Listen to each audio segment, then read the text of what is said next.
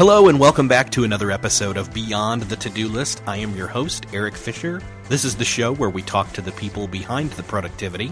Right up front, I wanted to remind you to make sure to head over to readyaimfirebook.com to grab my book I wrote with my friend Jim Woods, who was on the last episode, Ready, Aim, Fire, a practical guide to making and achieving goals. It's available in all formats, and as a podcast listener, you'll be especially thrilled to know that all the formats include the audiobook version for free for your listening pleasure. Again, that's readyaimfirebook.com. This week, my guest is Dustin Riechmann of Engaged Marriage and Fit Marriage. Dustin and I are going to talk about three major topics, and all of them could honestly be their own episode. In fact, I've got somebody coming back to talk about all three of these different things at different times, so that'll be awesome. Those three topics, by the way, are marriage, money, and fitness. I know, right? All three of those in the same episode. Anyway, it's awesome. But first, I want to let you know that this podcast is brought to you by Riech, an app that will make your team's work both easy and stress-free. Riech is a stress-free task management system where you can centralize all your tasks, files, ideas, and project plans. You can collaborate on your tasks and documents in real time. You'll save time by collecting all the status updates and keeping your team on the same page. You can visualize your work reports automatically. You can work from wherever you are with their mobile apps. With Riech, your projects will always be on track and your team in perfect sync. Go to Riech, that's WRIKE.com/to-do to start a free 30-day premium subscription of Riech and get more things done together with your team. Again, that's WRIKE.com/TODO. Well, this week I get to talk about major themes of money and marriage and fitness, and so I had to get the right guy, and I did. It's Dustin Riechmann. Welcome to the show, Dustin. Hey, Eric. Thanks. I'm extremely happy to be here. Big fan of the show. So, and honestly, you and I have we've never really talked in person. We've never met in person for sure, but we've never talked in person, although we've been in a lot of the same circles online for a long time. I've seen what you and others have done in your sphere of, marriage and money and even fitness. And it's just like, man, those are huge issues. Any one person could take one of those topics and just run with it for the duration of a career, basically. And you're doing all three. And so I really want to tie it back you tie them all back together from your basically kind of your point of your breakthrough, your point of deciding, rock, as some people would say, rock bottom. Sure. So describe for me where it was you were when you decided. What was it like? Where were you at? What was the mentality, the emotions, all of it? And then we'll start from there and just start moving forward and realize how you broke out of where you basically were stuck. Absolutely. Yeah, I'm happy to go back there. And I think a lot of people will relate to this. Hopefully not all of it at the same time like right. We were encountering, but at least parts of it. So, my name's Dustin, and I'm married to Bethany. And we've been married for 13 years. And when we look back, probably about 4 or 5 years ago, we were sort of at that rock bottom place. I wouldn't say it felt like rock bottom at the time, although we came to realize just how bad off we were in a lot of ways. We were $54,500 in debt. I remember that number very specifically because several years down the road, we were able to call Dave Ramsey and scream that we were debt-free away from all that. But we were really stressed out at that time. I was in pretty poor physical health. I had gained about 40 pounds and had a lot of cycles, going all the way back through engineering school and college, kind of that yo-yo thing where I would be pretty healthy, get motivated, and usually revolving around having a child, I would gain a lot of weight back. And in 2009, in this time frame I'm talking about, we had 2 children at the time. We've since had a third. And it was coming kind of out of that and realizing that weight had hung around about 2 years this time and it wasn't going anywhere. So we had the being overweight, being really tired with 2 very small children, feeling stressed out, heavy in debt. And wanting to expand our family, but really feeling pulled in a lot of directions and not knowing what to do. And like you said, I think just feeling overwhelmed and feeling like we need to make some changes. And so, we had a lot of deep discussions. We actually went on a marriage retreat at that time, really opened up our communication. We've actually been together since I was about 16 years old. So we felt like we kind of knew where we were going and what we both wanted, but really taking some quiet time away from all this stress. We had what I would consider a real breakthrough in hearing the lifestyle that we actually wanted.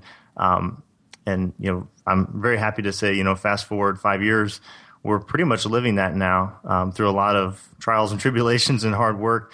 But we're there, I think, and we've that vision that we set out 5 years ago and some very big goals that we can talk about. But I think the important part is, we finally realized kind of where we were and faced reality, came together as a couple, kind of holding hands and through some tears and ultimately some joy, realized that we really did want the same things. We were both afraid to say it.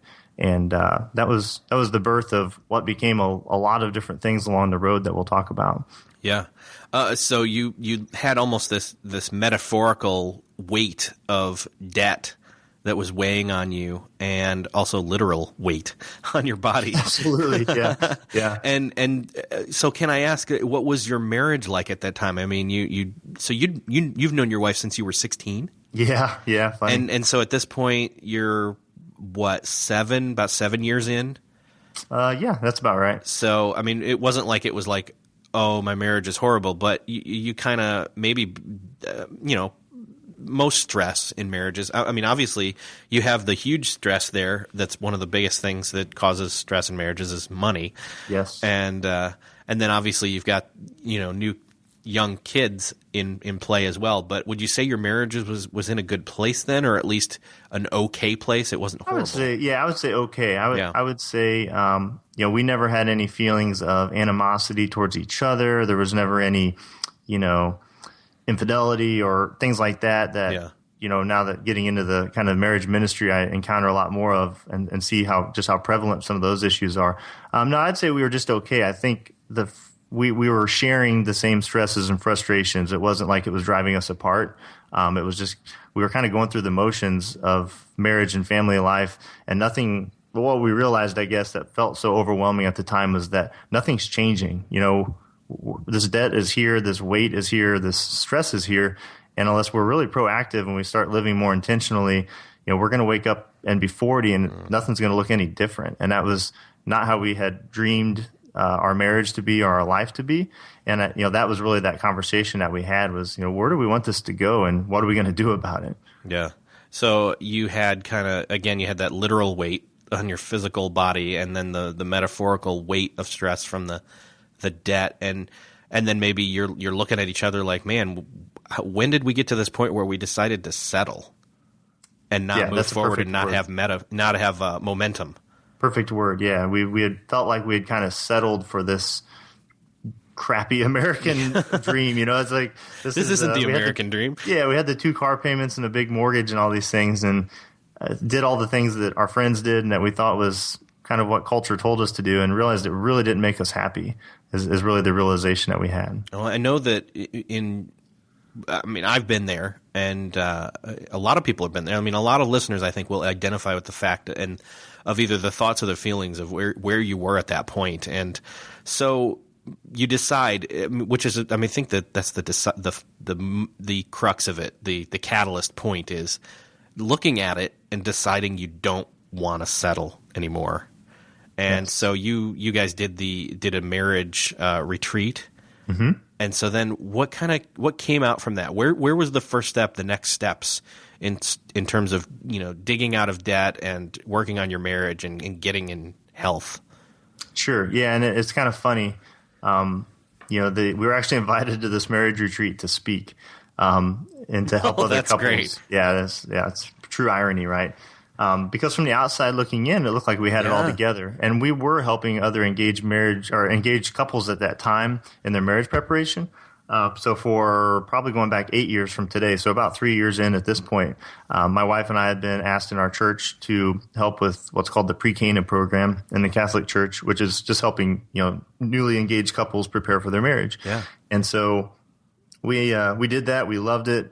A lot of presenting and in some areas, I think we did have a really good, solid grasp, because I think we had a really good marriage, all things considered, with all the weight and stresses that were on it. So ironically, we were sent to this retreat to help facilitate. But of course, when you're there, then you're sitting in on other people's sessions. And there was one about communication, and basically the theme was, what's your dream marriage? And it was kind of like, have you guys thought about this recently? What is your dream marriage? You probably had ideas when you were preparing. Has that come to light? And if not, what do you want to do about it? And long story short, I still am actually a professional engineer, consulting engineer, and I manage a group doing that. And at the time, my wife was a special education teacher. And with 2 small children at home, what I was afraid to say was, boy, it'd be really great if you could be a stay-at-home mom, because that's something we had talked about, early on in our relationship. And we'd never talked about it again because with all this stuff going on, it didn't seem realistic. So I never wanted to say that because I didn't want her to feel bad or to take it the wrong way. So it was kind of like the elephant in the room. And then during this retreat, when we started describing our dream marriages separately, and we basically had to get together and read off what we wanted in, I think it was 5 or 10 years. That was one of the things that she wanted too. And it was like, really? And she's like, yeah, really. We had talked about it, and that hasn't went away. And I just assumed it had because kind of life had happened in the meantime. And so we decided that was a goal, but that we realized we were way far away from that at the time. Yeah. It wasn't realistic at all. And today that's happened. But so yeah, I mean, that's kind of the story behind what happened at that retreat. And it set these wheels in motion. So, all these things, it'd be a nice clean story if everything started on day one there and then everything took off. But, right. Some of these things were happening. We had already realized we were in debt. We were starting through the Dave Ramsey program to pay that off. The weight thing was an ongoing issue, and again, kind of a yo-yo issue for me. I'd say what really culminated there was this idea of goals and being intentional and realizing that this wasn't going to change unless we took control of it. So that was I think early on in 2009. That year went on. We made some really good changes, and although these things all take many years to accomplish, right? Just starting to get that momentum, realizing we were on the same page, that we actually had goals and outcomes that we were striving for the sacrifices that we had to make, brought a lot more happiness and it lifted a lot of those weights from our marriage even before we had accomplished the goals. Just the fact that we were being intentional with our time and our finances and our physical health. And so that actually led to a business and a site called Engaged Marriage. And basically on the heels of all this, we kind of went through all this emotional time. I was still doing engineering. I still enjoyed that. But I started realizing that one of the things I was frustrated with was I didn't have any kind of creative outlet. We were doing this marriage preparation with these folks in person a couple times a year, and I really enjoyed that. And engineering was, engineering, and I'd enjoyed that and managing a team. But I never felt like I had a unique personality to get out there. And I'd done a lot of writing earlier in my life, and I missed that. So we were actually on vacation that fall, and laying on a beach, maybe drinking a few too many margaritas. I was reading Dan Miller's book, No More Mondays. Now it's called No More Dreaded Mondays. Awesome book. And it's all about kind of finding creativity, in the midst of regular life is kind of what I took away from it. And from that book, I got the idea that, we really need a online voice for people like us and for engaged couples and people in the younger years of their marriage who are struggling with all these same issues. And wouldn't it be cool if while we're working our way out of this situation, we kind of document that? And as we learn lessons, we help others with that. And so I don't know anything about I'd never heard of a blog and I'd never done anything online. But we came back from that vacation, and I'd say in a couple of weeks, I had engagedmarriage.com up and running. It was ugly as heck, but it was up there, and we were starting to share, some of these experiences and some of the lessons learned. And, that's been, I guess, 4 years and running now. I think there's 350, 400 posts up there, books and lots of different resources that have all kind of grown out of those early months of our struggle and our path forward, I guess. And you're talking about major life change goals. Like, you're not talking about, hey, I'm going to start something and in 30 days everything's going to be all better. You're talking about years later. Like, how long did it take you to pay off the debt? But more importantly, at what point when you started working on paying off that debt did you feel like, hey, I feel better already? Yeah, I'd say we were probably, it was over 3 years that it took to pay off the debt. And it was in process again in 2009. I think we started probably maybe 2008. I believe the debt-free call was around 2010, late 2010, early 2011. So long story short, it was about 3 years. And it was a lot of work. We made a lot of cuts and sacrifices, of course, to do that. Sold off some things and basically, in the Dave Ramsey spirit, committed to never having another loan other than a mortgage, and we've stuck with that.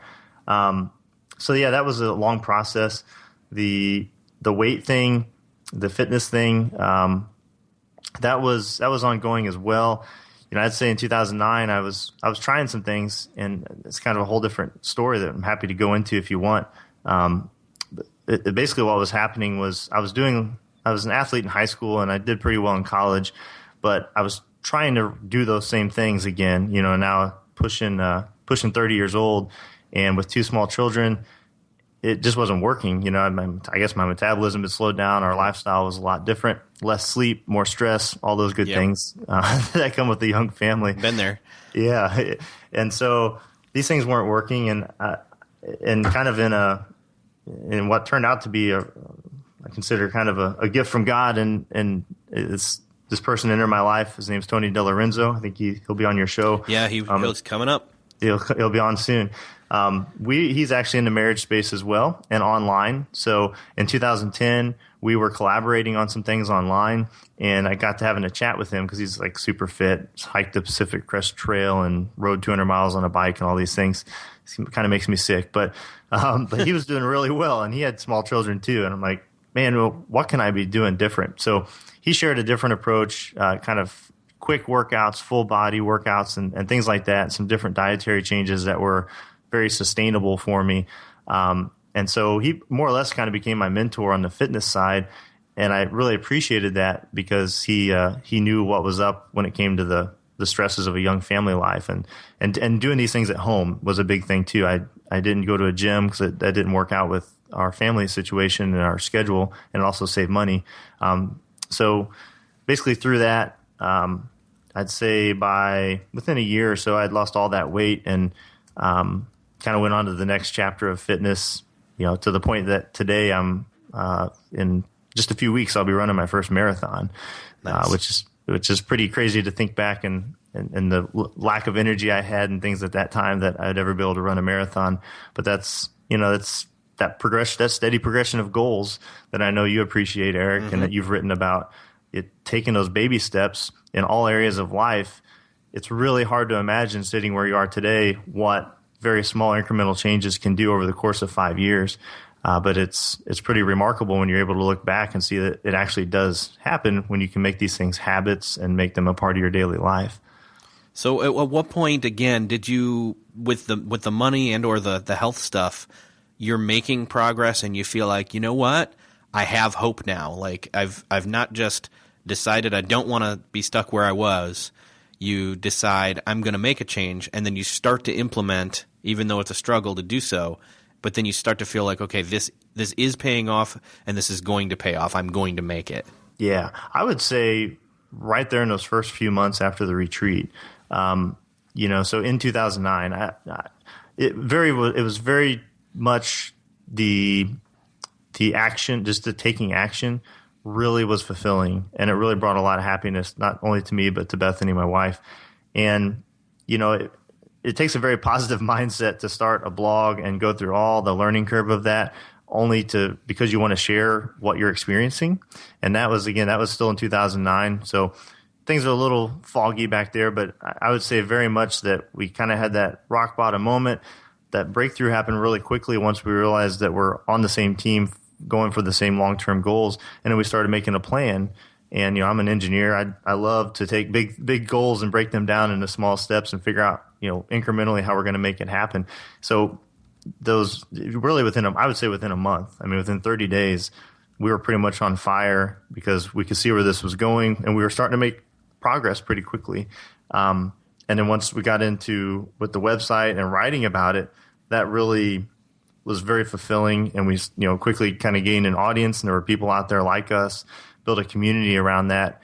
And that just carried so much momentum forward. Yeah. It was like the perfect storm of what we needed at that time. We had the personal breakthrough.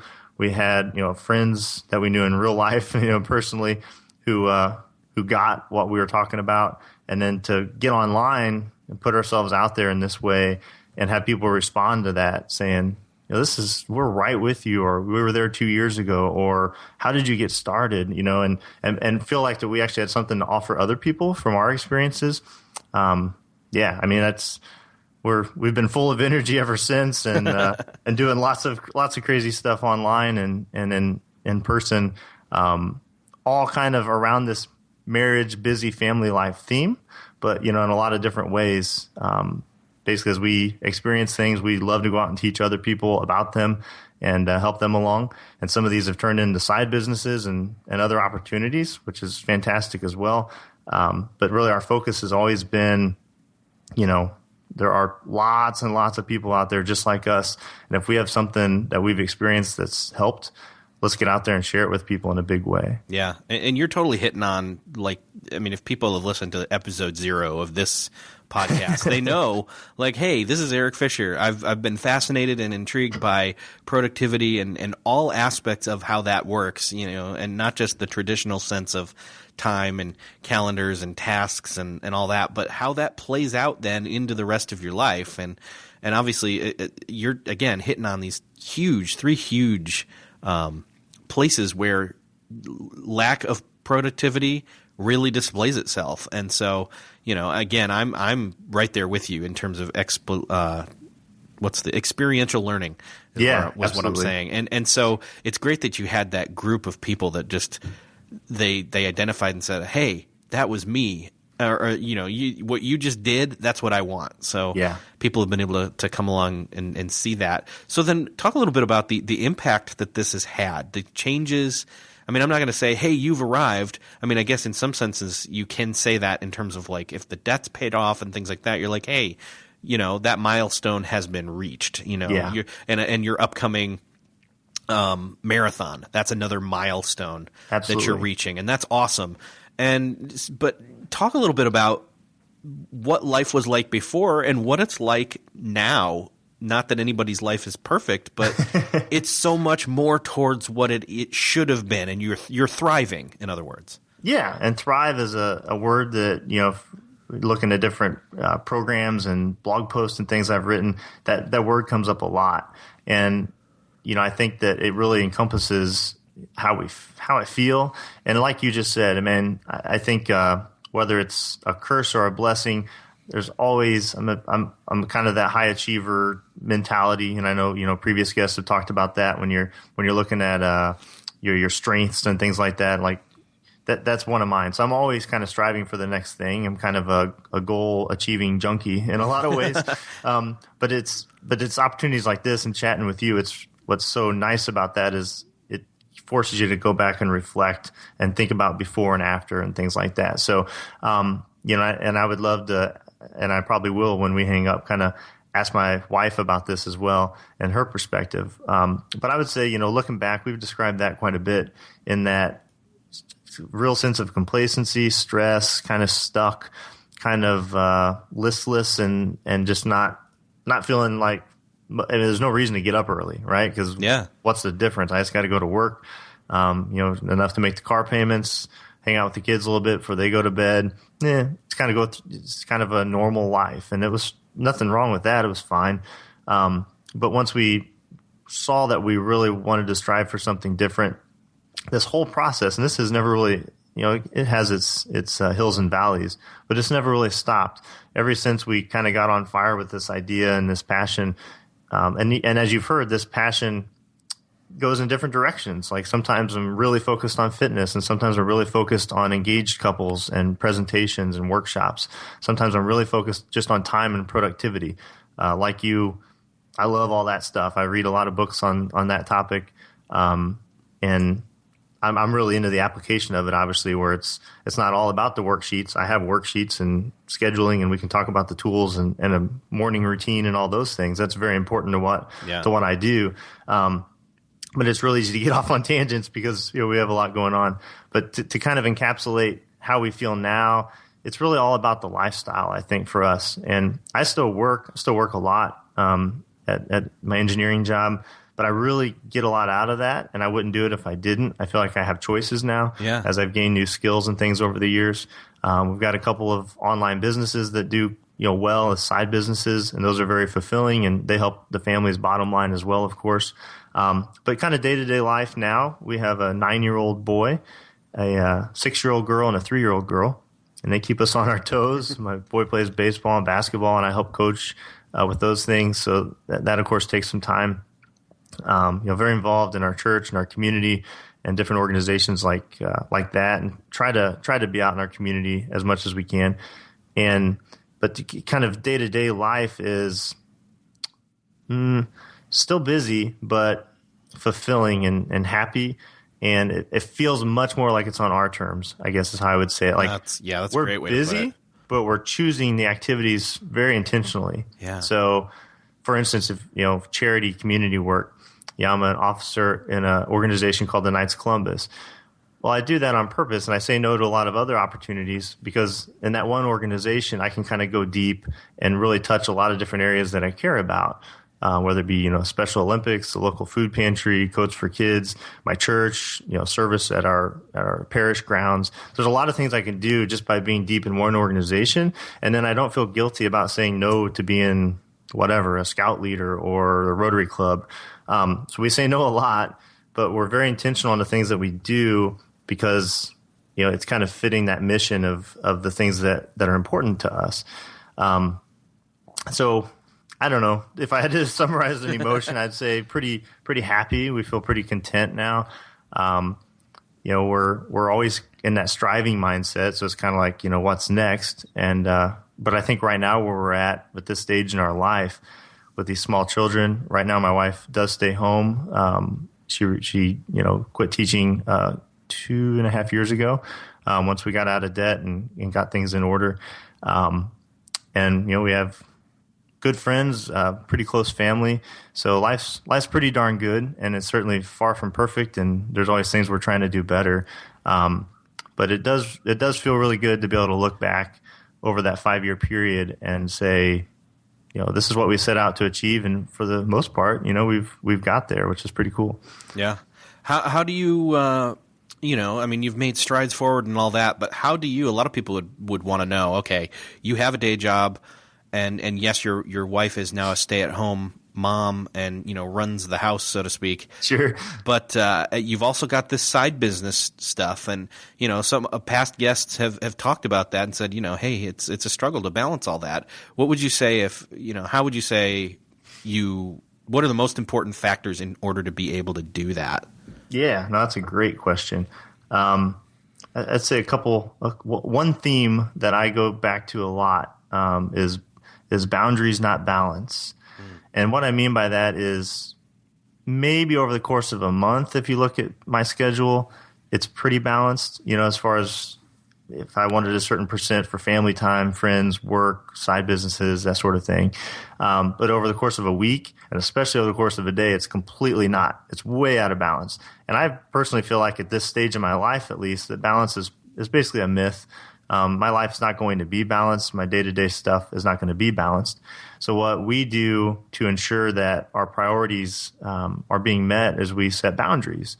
So what that means is, I do most of my non-engineering work or most of my online work in the mornings. I get up pretty early, and we can talk about the morning routine. That's really key, and that's also when I exercise for the most part. Well, so let's talk about that actually. Yeah. So what my famous question, quote unquote, is in an ideal world, how do you start your day? Yeah, and this doesn't happen every day, but I've listened to enough of your episodes that I think my themes will be pretty similar to a lot of folks.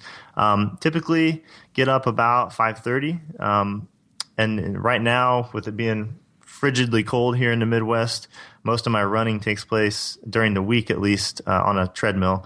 So I get up and run on the treadmill. That can vary depending on. Right now, I'm doing a marathon training, so during the week it's between 3 and 8 miles. So that can take a pretty good chunk of time. That's 4 days a week.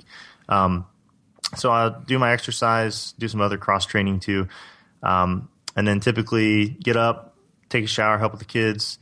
And then that leaves me some time to do some writing, some online, online activities, writing blog posts, responding to people, that kind of stuff, before I leave for work. So I don't leave for work usually till close to 9 o'clock. That kind of fits actually with my group, and I have a lot of younger people in my group that I manage, and kind of 9 to 6 is their preferred schedule. So I do that. You could go to work all day, and usually over lunch, though, I can check in, do some online activities as well. And then when I get home from work, this is where the boundaries, we kind of surpassed the morning routine, but this is where the boundaries usually come in. So they got the morning time that my family knows that, daddy's exercising or he's doing work in his office, and I hang out with them before they go to school a little bit. But then when I get home from work, the phone goes on the kitchen counter. I do not go in my office because this is a real temptation to constantly check an email and responding and all those things, as you know, Twitter and Facebook and all the good stuff. Yep. So that's one hard boundary. The phone goes on the counter and I don't look at it until the kids are in bed.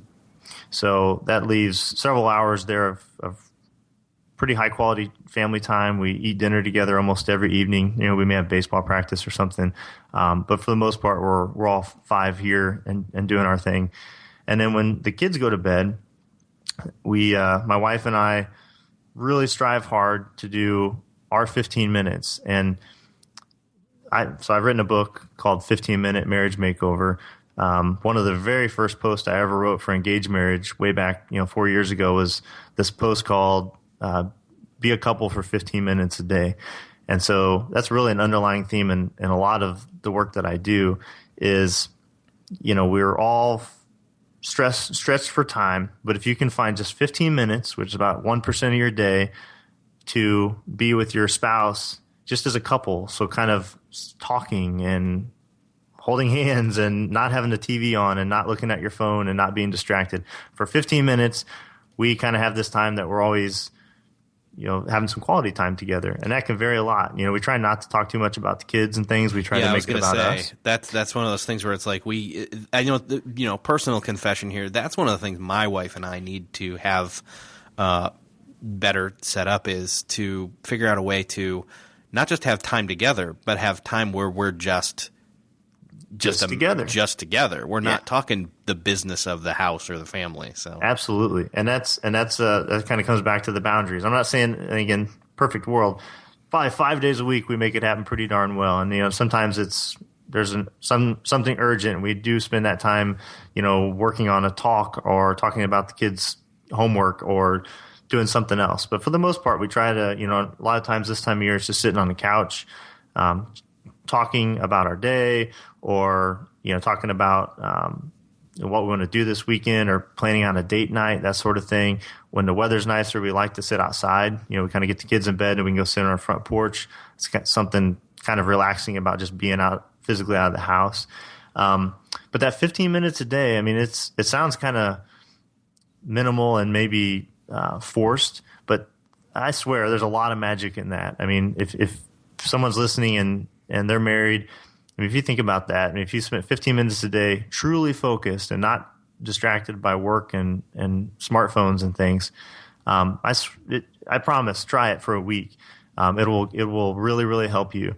And what the 15-Minute Marriage Makeover book is it's basically a month-long process. It's like a 28-day, kind of like your book, where where it's step by step, do this on day 1, day 2, and it walks through kind of the major areas of marriage, and it gives you things to do during those 15 minutes.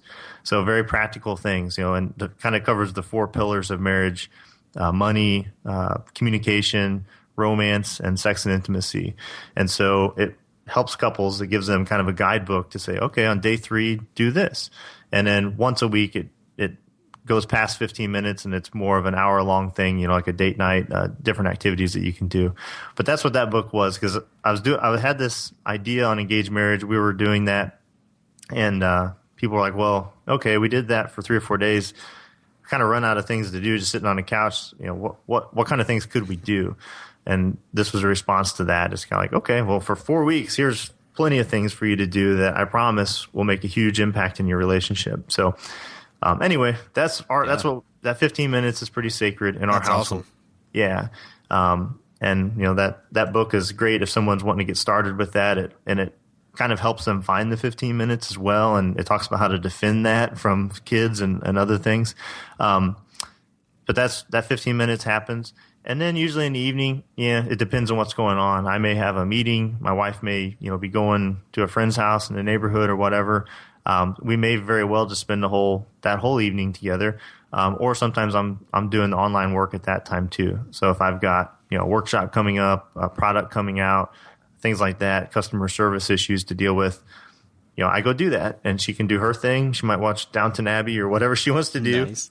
And what's nice is because we have these boundaries, there's no guilt. There used to be a lot of guilt trying to balance all these different things. But now it's like, okay, we have our family time and we have dinner, and the kids know they have my full attention and her full attention. And we have our 15 minutes, which again may not sound like much, but it makes a big difference. And then we can do our thing, and sometimes that's together, sometimes it's not.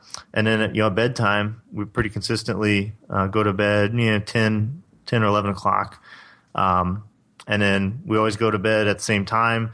That's when we read and relax and do that sort of thing. So that's a consistent kind of boundary too. It's like we're always one of us doesn't stay up late while the other goes to bed. We kind of have a consistent bedtime, and we know that we'll be there together. And so that's kind of a typical day in the Riechmann household. And then expanding on the 15 minutes, we do try to do date nights. I think that's really important as well. It'd be ideally you could do those maybe once a week, but we do them at least once a month, and most of the time we try to get out at least twice a month with no kids. And we don't have really good family babysitting, so that's we have to arrange babysitters and pay for that and do all those things. Yeah.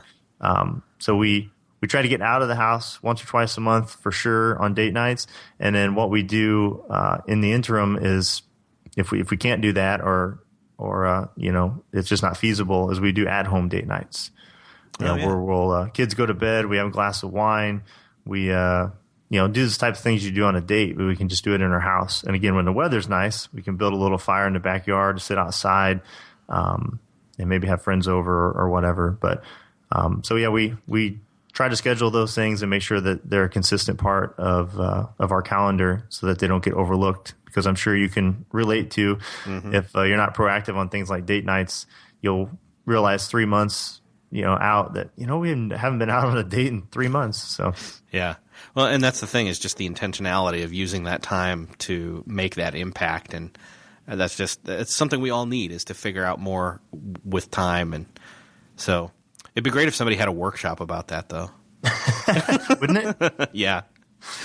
So that's my lame attempt at a segue, but Dustin is actually doing a workshop about that, and I'm going to join him. And so tell us a little more about what we're going to talk about. Sure. Yeah. So at Engaged Marriage, we do what we call how-to workshops, and these have different themes from time to time. Every month or two, we do one on a topic that people have told us they want to know more about. So we've done them on, sex and intimacy, communication. We did one recently on finances. So it's kind of these big issues, but we really get specific in the workshops. And so this one's going to be on quality time. So basically how to balance or have these boundaries in a very specific way, how to enjoy more quality time in your marriage and in your family, particularly for people who have a kind of a multifaceted business approach like me and like you. So whether you're all solopreneur and do your own business, or if you're like a lot of us where you have a full-time job and you're doing side businesses and you're trying to balance a family, that's really the ideal audience for this workshop. So we're going to go through in detail. These workshops, they're called how-to for a reason. They're all about action. So today we've trying to integrate my story and all that stuff. It's got a little tangential and we can't really hit the how-tos so much. But this is very how-to. So you're going to walk away, if you attend the workshop, with a good action plan, the actual calendar and scheduling tools and productivity tools that I use and that I've helped other people use to make this happen, as well as some great books and other resources. So that's kind of what it's about. It'll be an evening together with Eric and I talking about these issues with a very specific outcome in mind, which is to help you feel in control and give you more quality time with your family while you're still able to thrive in the other areas of your life, including your fitness, your business, and all the things that we all want at this stage of our life. That's awesome. Yeah, I'm definitely looking forward to doing this deep dive with you and sharing that live in front of everybody, but then also that everybody that signs up for it or later on goes to the link which is beyondthetodolist.com/time workshop. If you go there and you're like months away, like it's been months since this show came out, you can still go there and you can get the recording as well. So absolutely. Yeah. And for people that can join us live or that are listening and they sign up in advance, they'll get the recording too. That way, they can listen to it later, or if they can't make it, obviously we're busy. And we do that as a video because it's a webinar, but we also include an MP3. So for loyal podcast listeners like you and I, MP3s are often a lot more convenient way to take in this information. Yeah. So looking forward to that. Again, the link for that is going to be beyondthetodolist.com/time workshop. And we hope you join us live or join us live to hard drive. There you go. Yeah. So Dustin, it's been awesome having you on the show. Where can people go to find out more about all the different awesome stuff that you are working on? Sure, I appreciate that. Kind of the main site is engagedmarriage.com. Lots of great free tools and resources there. You'll get all the great information there that we have in Engaged Marriage. And then on the fitness side, it's called Fit Marriage. And that is kind of for the same audience of busy married couples, but obviously focused on fitness and that sort of side of life with health. So those are the two, engagedmarriage.com and fitmarriage.com. Awesome. Well, again, Dustin, thank you so much for being on the show. I'm sure everybody enjoyed it, and everybody needs to go sign up for either listening to us live or listening to the recording later on. And thanks for being on the show. Thank you, Eric. Thank you for doing this podcast. I listen to every episode. I get a ton out of it. And it's always great to hear different people's perspectives on productivity and time management. And I think I always take something away from every episode. So I hope other people did on this one as well. And I'd love to hear from you. If you guys have any questions, or if you just want to reach out and say hi, Engage Marriage on Twitter and Facebook and Pinterest and all the other places, you can get a hold of me as well. Nice. Awesome. Well, yeah, check that out. Talk with Dustin and talk with me. Thanks again to Dustin for stopping by and talking about marriage and money and fitness. And again, don't miss out on that live workshop as well as the recording. Make sure you're in on that by going to beyondthetodolist.com/time workshop. Thanks again to Riechmann for sponsoring this episode. Again, you can go get your 30-day premium trial of their system by going to wrike.com/TODO. Again, don't pass up that 30-day free premium offer. wrike.com/TODO to take advantage of that. Thanks again for listening. If you found this helpful, please feel free to give us a rating or review in iTunes and or pass this episode on to your family and friends and social network followers. Thanks again, and we'll see you next episode.